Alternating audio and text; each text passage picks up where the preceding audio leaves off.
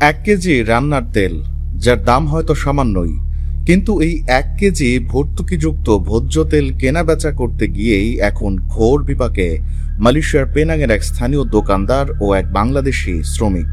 সামান্য 1 প্যাকেট তেল লেনদেনের অপরাধে তাদের গুনতে হতে পারে সর্বোচ্চ 10 লাখ মালয়েশিয়ান রিঙ্গিত পর্যন্ত বিশাল অঙ্কের জরিমানা, কিংবা খাটতে হতে পারে বছরের পর বছর কারাদণ্ড। বুধবার পেনাংয়ের সেশন আদালতে বিচারক রোসলান হামিদের কাঠগড়ায় দাঁড় করানো হয় অভিযুক্ত দুই ব্যক্তিকে। পৃথকভাবে পড়া অভিযোগনামা শুনেই আদালতে নিজেদের দোষ স্বীকার করে নেন স্থানীয় দোকানদার মোহাম্মদ আনোয়ার কার্তিবান এবং বাংলাদেশি শ্রমিক মোহাম্মদ রশিদুল। ঘটনাটি ঘটেছিল গত 19 জুলাই বিকেলে সিংকিয়াং আম্পাতের লিংকারিয়ান কাসিয়া বারাত এলাকার একটি মুদি দোকানে।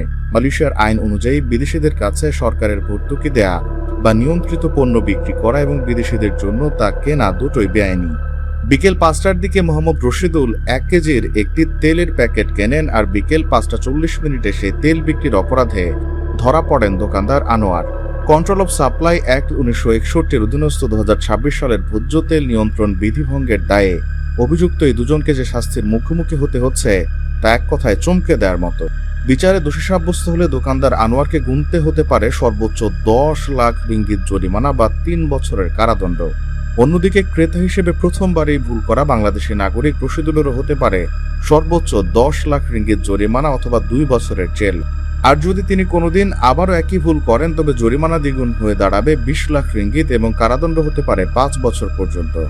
আদালতে গার্হস্থ্য বাণিজ্য ও জীবনযাত্রার ব্যয় বিষয়ক মন্ত্রণালয়ের প্রসিকিউশন অফিসার আলসাদ নাসরুল্লাহ অভিযুক্তদের জামিনের জন্য 5,000 রিঙ্গিত করে জামানত এবং রাসায়নিক পরীক্ষা রিপোর্টের অপেক্ষায় নতুন তারিখের দাবি জানান।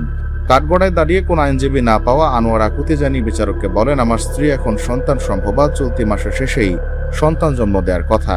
সব শুনে বিচারক রোসলান হামিদ কিছুটা মানবিক হয়ে জামানতের পরিমাণ কমিয়ে 3,000 রিঙ্গিত নির্ধারণ করেন এবং একজন স্থানীয় জামিনদারের অধীনে তাদের জামিন মঞ্জুর করেন।